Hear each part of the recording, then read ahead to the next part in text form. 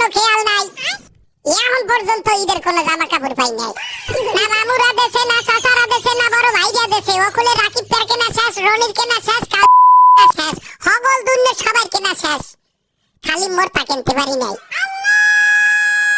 সারা বছর আমি গতবারের দুগ্গা জামাই দিয়ে কাটাই দিস। দুগ্গা জামাই দিয়ে একটা বছর আপনারা কেউ কাটাইতে পারতেন না? আমারে কয়েন আপনারা কেউ পারতেন? এখন আমার গায়ে যে জামা গা এইটার ক্যাটকুলি সিরা এবং এমন কায়দায় সেলছে যে মানের সামনে বই আমার হাত জাগাইয়া যে আমার মাথা চুলকামু হের উপায় নেই, হলে ক্যাটকুলি চিনাইবে।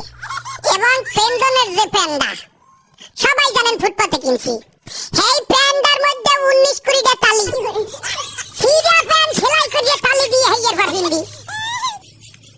আমি আমার বাপ মা আত্মীয় স্বজন বড় ভাই ব্রাদার মামু খালু বোন বোনাই যারা আছেন সবার কাছে হাত জোর করে কই গেলাম, 27 রোজার মধ্যে যদি আমার কেনাকাটা না করিয়ে দেন বুঝেন, হ্যালে এবছর ঈদে আমি কোনো জামা কাপড় কিনবো না। হাফ পিন কিনলে খালি যায় নামাজে খারাইলে কোনো মানে জিগাইবে একবার কেয়ার বাইরবো কেয়ার নাতি কেয়ার বোয়া, সেখানে কি আমার আল্লাহর ইজ্জত যাইবে?